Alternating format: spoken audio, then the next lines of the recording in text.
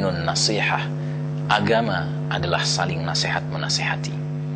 Bahkan Allah menggambarkan bahwa orang-orang yang tidak bakal merugi dalam kaitan dengan perjalanan waktu hanyalah orang-orang yang di samping beriman dan beramal soleh, mereka senantiasa watawasau bil haqqi watawasau bis sabri, saling menasihati untuk meniti kebenaran dan saling menasihati untuk senantiasa bersabar.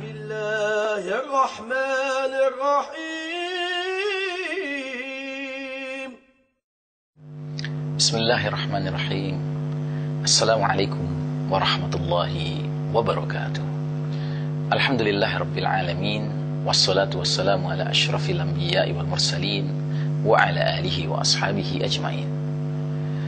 Jamaah pemirsa rahimakumullah, salah satu khasa'is dakwah al-islamiyah, karakteristik dakwah islamiyah, ialah prinsip islamiyah qabla jam'iyah, islamisasi sebelum strukturalisasi. Artinya, dalam sebuah aktivitas dakwah Islam, maka para aktivis dakwah haruslah mendahulukan proses penanaman nilai-nilai keislaman sebelum berpikir merekrut orang-orang ke dalam sebuah organisasi, ke dalam sebuah tatanan, ke dalam sebuah tanzim. Mengapa demikian? Karena pada hakikatnya yang menjadi tolok ukur sebuah kumpulan manusia diridhai atau tidak diridhai oleh Allah Ta'ala adalah keislamannya, kesesuaiannya mengikuti dinullah, mengikuti agama Allah Ta'ala. Apalah artinya orang ramai-ramai berkumpul dalam sebuah organisasi, kemudian ternyata organisasi itu tidak berpegang teguh kepada nilai-nilai Islam.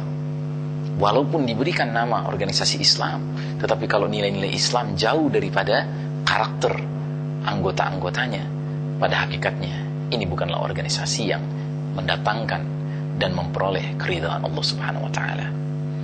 Nah, oleh karenanya saudaraku rahimakumullah, seorang aktivis dakwah harus memahami kedudukan Islam dan kedudukan organisasi. Islam merupakan hal pertama dan utama yang selalu dia perjuangkan dan tegakkan dimanapun dia berada. Sedangkan organisasi bagi dirinya hanyalah sebatas sarana untuk dia menyalurkan upaya kerjasamanya dengan para anggota lainnya dalam penegakan nilai-nilai Islam tersebut. Oleh karenanya seorang da'i akan selalu menjadikan Islamic values, nilai-nilai Islam, sebagai hal yang paling utama, sedangkan organizational values atau group values sebagai hal selanjutnya, dan itu pun dalam rangka menyalurkan hal yang utama tadi. Oleh karenanya, seorang da'i yang ikhlas akan selalu teliti dan waspada terhadap organisasi dakwah yang akan ia pilih untuk bergabung di dalamnya dan berkomitmen di dalamnya.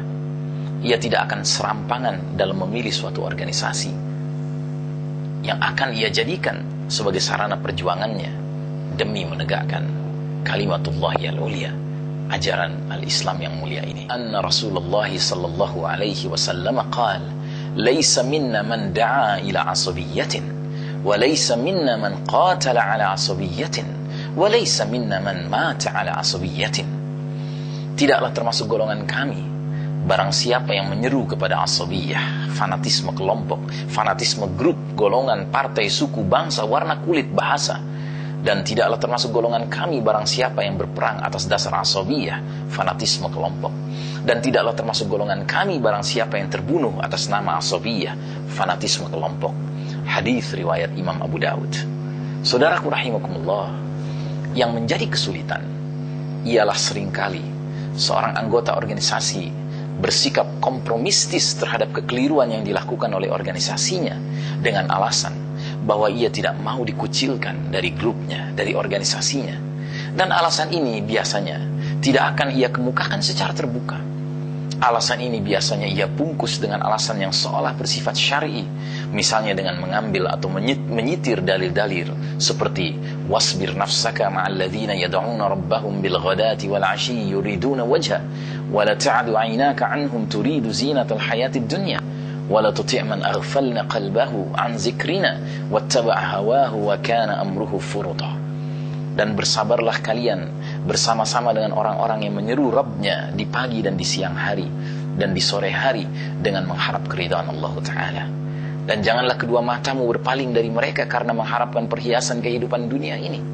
Dan janganlah kamu mengikuti orang yang hatinya telah kami lalaikan dari mengingat kami, serta menuruti hawa nafsunya dan adalah keadaannya melampaui batas.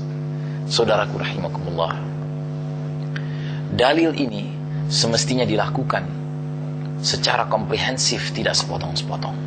Dalil ini seharusnya difahami secara utuh, tidak secara parsial atau sektoral.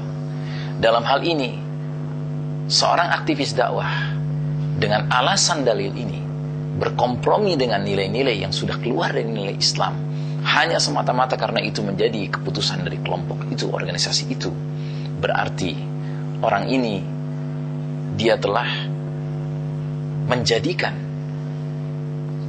kebersamaan sebagai sesuatu yang lebih utama daripada kebenaran yang harusnya dia pegang teguh. Ia berhenti hanya sampai di batas ini. Dia berhenti sampai di batas bersabarlah kamu bersama orang-orang lain. Tapi dia lupa bahwa bersabar bersama orang lain itu harus dengan landasan yang jelas. Sehingga kesimpulan yang muncul ialah seolah ia harus selalu bersama orang-orang di dalam kelompok tersebut bagaimanapun keadaannya. Padahal justru sisa ayat itu sangat menjelaskan sifat-sifat orang yang tidak patut ia tinggalkan. Dan diantaranya ialah orang-orang yang menyuruh Tuhannya di pagi dan senja hari dengan mengharapkan keridhaan Allah Ta'ala. Jika ini menjadi sifat-sifat mereka, tentunya mereka akan tetap mendahulukan Islamic values daripada group values. Sebab orang yang mengharapkan keridhaan Allah niscaya akan mendahulukan nilai-nilai Rabbani daripada nilai-nilai asabiyah, fanatisme kelompok. Apalah artinya sebuah kebersamaan? Apalah artinya sebuah penghayatan keberjamaah jika tidak dikaitkan dan diikat oleh tali Allah Subhanahu wa Ta'ala? Sebab Allah menyuruh kita hanya memilih kebersamaan yang landasannya adalah ikatan tali kepada Allah Ta'ala, berlandasan kepada takwa Allah, kepada semua yang sifatnya keridhaan Allah Ta'ala. Semua bentuk kebersamaan selain itu hanya akan mengantarkan kepada celaka dan bencana. Allah Ta'ala berfirman, wa'tasimu bihablillahi jami'an wa la tafarraqu. Berpegang teguhlah kalian kepada tali agama Allah dan janganlah kalian bercerai-berai. Sangat jelas ayat ini menyuruh kita hanya menjalin kebersamaan berlandaskan ikatan kepada tali Allah semata. Jika tidak, maka bercerai-berai akan menjadi konsekuensi yang logis.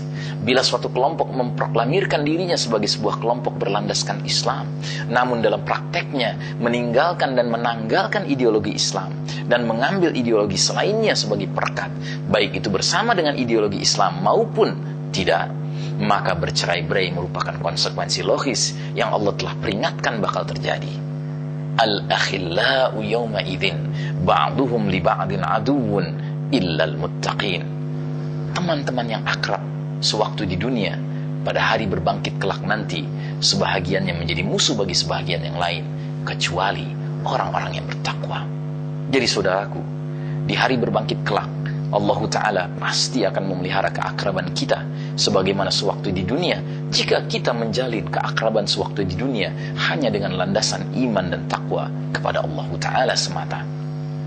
Bahkan melalui ayat di atas Allah mengancam bakal terjadinya permusuhan di kalangan orang-orang yang sewaktu di dunia saling menjalin keakraban namun bukan dengan landasan ketakwaan kepada Allah Ta'ala. Sehingga Nabi Muhammad SAW pernah menggambarkan sifat orang-orang yang memperoleh kedudukan sedemikian mulia dan dekatnya kepada Allah sehingga menimbulkan kecemburuan para nabi dan para syuhada. Rasulullah SAW menjelaskan di dalam hadis tersebut, mereka, kata Nabi SAW, adalah kumpulan manusia dari aneka latar belakang dan aneka suku, aneka bangsa, aneka warna kulit, aneka bahasa, kelompok, golongan, harokah, jamaah, partai. Mereka tidak diikat oleh hubungan keluarga di antara mereka satu sama lain. Mereka saling mencinta hanya karena Allah. Allah akan mendudukkan mereka di atas mimbar-mimbar dari cahaya. Wajah-wajah mereka bercahaya dan pakaian mereka bercahaya. Manusia akan merasa ketakutan pada hari kiamat sementara mereka tidak ketakutan. Mereka merupakan wali-wali Allah yang tidak ada rasa takut atas mereka dan mereka pun tidak bersedih hati. Hadis riwayat Imam Ahmad. Saudaraku rahimakumullah, mudah-mudahan kita termasuk hamba-hamba Allah yang senantiasa mendahulukan Islamic values before group values. Assalamualaikum warahmatullahi wabarakatuh.